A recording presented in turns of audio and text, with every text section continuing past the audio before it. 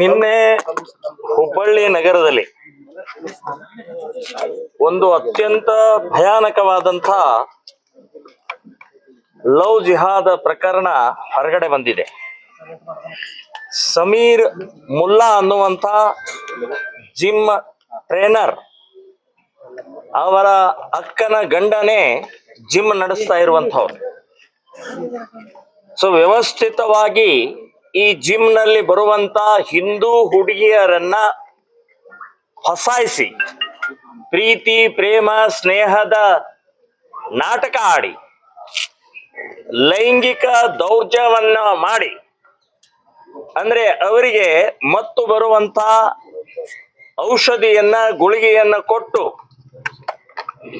ಲೈಂಗಿಕತೆಯನ್ನ video ಮಾಡಿ black ಮೇಲ್ ಮಾಡಿ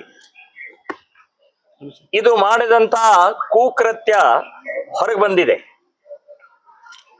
ಬರೇ ಯಾವುದೋ ಒಂದು ಹುಡುಗಿ ಅಲ್ಲ, ಇದು 7-8 ಹುಡುಗಿಯ ಮೊಬೈಲ್ ನಲ್ಲಿ ಈಗಾಗಲೇ ಇದೆ.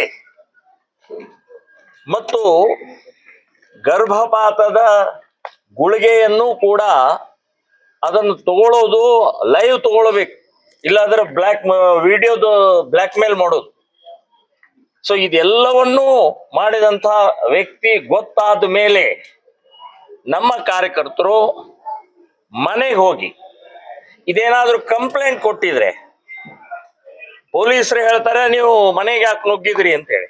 ಮನೆಗೆ ಅವ್ರು ಹೋಗಿದ್ದ ಕಾರಣ ಅಂದ್ರೆ ಮೊಬೈಲ್, ಮುಖ್ಯವಾದಂತ ದಾಖಲೆನೇ ಮೊಬೈಲ್, ಸಾಕ್ಷಿನೇ ಮೊಬೈಲ್ ಒಳಗೆ ಇದ್ದದ್ದನ್ನ ಎಲ್ಲ ಡಿಲೀಟ್ ಮಾಡಿದ್ರು ಅಂತಂದ್ರೆ ಮುಗಿದೋಯ್ತು, ಏನು ಉಳಿದಿಲ್ಲ. ಆಮೇಲೆ ಪೊಲೀಸರು ಹೇಳ್ತಾರೆ ಅಥವಾ ಸರ್ಕಾರ ಹೇಳತ್ತೆ ಏನೂ ಇಲ್ಲ, ಸುಮ್ಮನೆ ನೀವು ಅಪಾದನೆ ಮಾಡ್ತಾ ಇದ್ದೀರಿ ಅಂತ ಅನ್ನುವಂತ ಹೇಳಿಕೆಗಳು ಬರ್ತವೆ.